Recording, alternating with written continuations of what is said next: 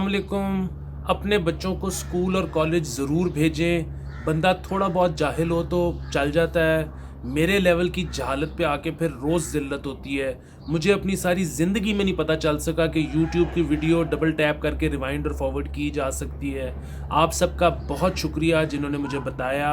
अब क्योंकि व्हाट्सएप पे भी यूट्यूब की विंडो खुल जाती है तो उनको ये वाला फ़ीचर उसमें भी मुतारिफ़ करा देना चाहिए। कई लोगों को ये जानने का बड़ा शौक होता है कि देसी और वलायती में क्या फ़र्क होता है।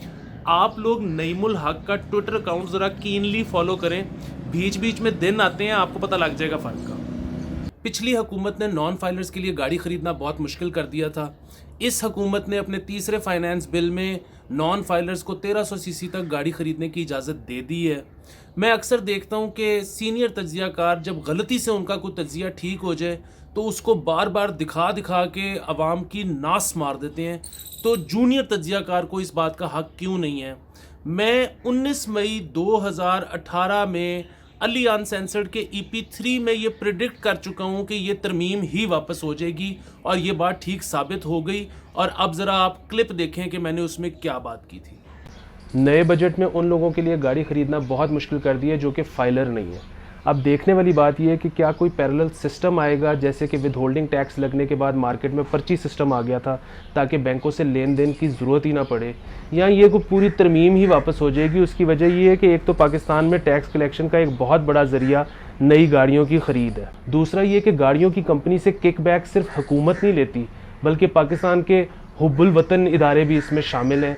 कभी आपने नहीं सुना होगा कि किसी ने सुओ मोटो लिया हो कि पाकिस्तान में गाड़ियां महंगी क्यों हैं। यहाँ तक कि फ़रिश्तों के पे रोल पे जो सहाफ़ी हैं वो भी कभी रिपोर्ट नहीं करते कि सियासतदानों ने या हुकूमत ने इतना किक बैक लिया गाड़ियाँ बनाने वाली कंपनियों से प्राइस मेंटेन करने के लिए। इसकी वजह एक ही हो सकती है, जिसको कराची वाली आंटी ने बड़ा प्यारा एक जुमले में सम अप किया है कि ये सारे मिल के हमें पागल बना रहे हैं। पिछले एपिसोड में मैंने अलीमा खानम के केस पे अपना तज्ज़िया पेश किया, जो कि शायद मैं सही तरह समझा नहीं सका क्योंकि मुझे कई लोगों का फ़ीडबैक आया कि क्या तुम ये कह रहे हो कि इसलिए नून लीग को इस पर शोर नहीं मचाना चाहिए क्योंकि इससे शौकत खानम की रिप्यूट ख़राब हो सकती है।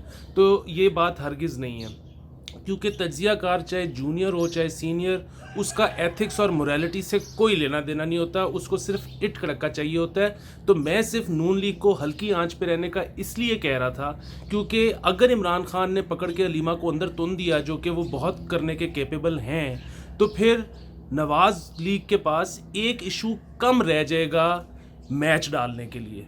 मैं क्योंकि ख़ुद एक करप्ट आदमी हूँ, इसलिए जब भी कोई गलत काम करता पकड़ा जाता है तो मेरी इंसाफ करने वालों से हमेशा यही अपील होती है कि सज़ा हल्की रखी जाए, सिवाय इस सैफू के केस में जिसमें किसी शख्स ने 10 साल का बैन भी प्रपोज़ किया है, जिसको अवाम कह रही है कि ये थोड़ा ज़रा टू मच हो जाएगा। लेकिन मेरा ज़ाती तौर पे ख्याल ये है कि इसको लाइफ टाइम बैन करना चाहिए। और उसकी वजह ये है कि अगर तो ये भाईजान स्लेजिंग कर रहे होते और उसमें गलती से कोई रेशियल कमेंट पास कर देते तो हम थोड़ा सा कोई बेनिफिट ऑफ डाउट दे देते इनकी इंटेंशन पे। लेकिन ये तो उर्दू में बोल रहे थे, तो अफ्रीकन प्लेयरों को उर्दू तो समझ ही नहीं आती ना। ये इतने बेवकूफ़ हैं 10 साल इंटरनेशनल क्रिकेट खेलने के बाद कि इनको ये नहीं पता कि स्टंप्स में माइक लगा होता है। He was actually playing to the gallery. हमारे क्योंकि जग्गा टाइप फिल्मों की वजह से अवाम में अब ये चीज़ आ गई है कि है तो गुंडा पर दिल का अच्छा है। मतलब एक बंदा अगर स्पॉट फिक्सिंग करता पकड़ा जाए तो वो अपनी सज़ा काट भी ले तो ये उसको माफ़ नहीं करते। एक बंदा बॉल को चक मार ले तो वो नेशनल हीरो बन जाता है कि जी ये तो मैच जितवाने के लिए कर रहा था ना। हालांकि साबित दोनों चीज़ों से एक ही बात होती है कि आप ज़हनी तौर पे एक क्रिमिनल हो। दूसरा, अब इनका एक और भी वीडियो सामने आ गया है, अगर वो डॉक्टर नहीं है तो वो इससे भी ज़्यादा ख़तरनाक है, जिसमें ये हसन अली को कह रहे हैं कि फाफ को शॉर्ट बॉल कराओ क्योंकि ये बच्चेबाज है। तो इनका असल मसला ये है कि इनकी अपनी परफॉर्मेंस और ये जिस तरह का भानमती का कुंबा उठा के लेके गए हुए हैं, उनसे उम्मीद तो कोई नहीं है सीरीज़ में परफॉर्म करने की। तो ये अवाम के दिलों में घर करना चाहते हैं इस तरह की बातें करके, ताकि अवाम को ये तासुर मिले कि ये तो बहुत डिटरमिन्ड गए थे जीतने के लिए। तो अगर किसी के दिल में अभी तक सैफू के लिए कोई हमदर्दी है तो वो इसलिए नहीं होनी चाहिए क्योंकि एक तो ये भाईजान अच्छा खेलते नहीं हैं, दूसरा ये लोगों का रंग की बुनियाद पर मजाक उड़ाते हैं, तीसरा ये बग़ैर जाने बूझे लोगों पे चाइल्ड मोलेस्टर होने का इल्ज़ाम लगाते हैं, और इन सब चीज़ों से बढ़ के ये आपको चे समझते हैं और चे बना रहे हैं। मैं टैक्स जमा तो 2005 से करवा रहा हूँ, लेकिन फाइलर 2011 से हूँ। वो और बात है कि आइंदा से मैंने नहीं कराना, मतलब अब तो हो गया है, लेकिन अगले साल से नहीं कराऊंगा, क्योंकि मैं इस नतीजे पे पहुंचा हूँ कि जो अमीर लोग हैं उनको करवाना चाहिए, उनको इसके फ़ायदे हैं, हमें तो इसका कोई फ़ायदा नहीं है। मतलब एक तो टैक्स फाइल करना इतना कॉम्प्लेक्स सिस्टम है कि खुद से किया नहीं जा सकता, टैक्स लॉयर हायर करना पड़ता है, 20 से 25 हज़ार वो ले जाता है, बदले में मिलता क्या है, विद होल्डिंग टैक्स नहीं कटता, तो वो तो 0.06% है। मतलब आपने साल में 20 लाख रुपए भी निकलवाए हों तो वो तो 12,000 रुपये बनते हैं, तो 25 दे के 12,000 बचाने की तुक मुझे समझ में नहीं आती। और इसके अलावा क्या फ़ायदे हैं कि जी 1300 सीसी से ऊपर की गाड़ी नहीं खरीद सकते, अपने पास 1000 सीसी नहीं है तो 1300 से ऊपर का तो चक्कर ही कोई नहीं। बीच में एक ये भी है कि 1000 सीसी गाड़ी अगर नॉन फाइलर ले रहा है तो उस पर एडवांस इनकम टैक्स 24 के बजाय 37,000 है, तो फिर वही बात 14,000 रुपये का फ़र्क पड़ा है। वही जो आपने टैक्स लॉयर को 25,000 देना है, उसमें से 14 ये कट के फिर भी घाटे का सौदा है। फिर कि अगर आपने 50 लाख से ऊपर की प्रॉपर्टी लेनी है, भाई 50 लाख से ऊपर की प्रॉपर्टी लेने की मेरी औकात होती तो मैं जूनियर तज्जियाकार होता। एक और मसला जो फाइलर बनने के बाद ही होता है वो ये कि बैलेट में आपका नाम कभी भी आ सकता है और आप पे पुराना रिकॉर्ड खुल सकता है आपका, जिस तरह मेरा 2016 का फिस्कल ईयर खुला हुआ है। अभी तक 5,000 रुपये की तो मैं डॉक्यूमेंट्स की फ़ोटोकॉपी करा के जमा करवा चुका हूँ, ख्वारी अलहदा, और अभी मुझे नहीं पता कि उसका क्या फ़ैसला होना है। तो इस सारे पंबल पूसे में पड़ने की वजह ही कोई नहीं है। मतलब आप अगर बहुत बड़े कोई कारोबारी हैं तो ज़रूर करवाएं, आपकी ज़रूरत है, छोटे बंदे को तो पढ़ना ही नहीं चाहिए इस काम में।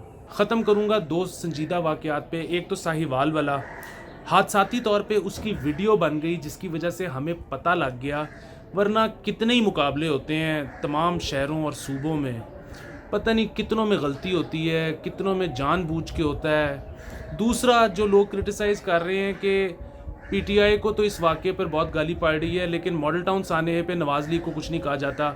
बात ये है कि जब तक तो नवाज़ की हुकूमत थी, अगर उस वाक़े की फाइंडिंग्स उस वजह से बाहर नहीं आ सकी तो अब तो हुकूमत नहीं है, अब तो नई हुकूमत है, अब जेआईटी अपना फ़ैसला क्यों नहीं सुना रही। हो सकता है कि किसी और वक्त के लिए आर्म ट्विस्ट करने के लिए इस्टेब्लिशमेंट ने या जेआईटी ने उसकी फाइंडिंग्स रोक के रखी हों। मसला ये है कि इन दोनों वाक़यात पे इससे ज़्यादा नहीं बोला जा सकता। मैं माड़ा आदमी हूँ, मुझे माफ़ कर दें। खुदा हाफिज़ करने के बाद 2 बहुत इंपॉर्टेंट चीज़ें याद आ गई। एक तो ये कि 1 तारीख को मेरी एल्बम की 4थी गज़ल रिलीज़ होने जा रही है, इसलिए मैं 7 दिन तक उसके बाद व्लॉग नहीं करूँगा ताकि सारी ट्रैफिक वहीं पे जाए।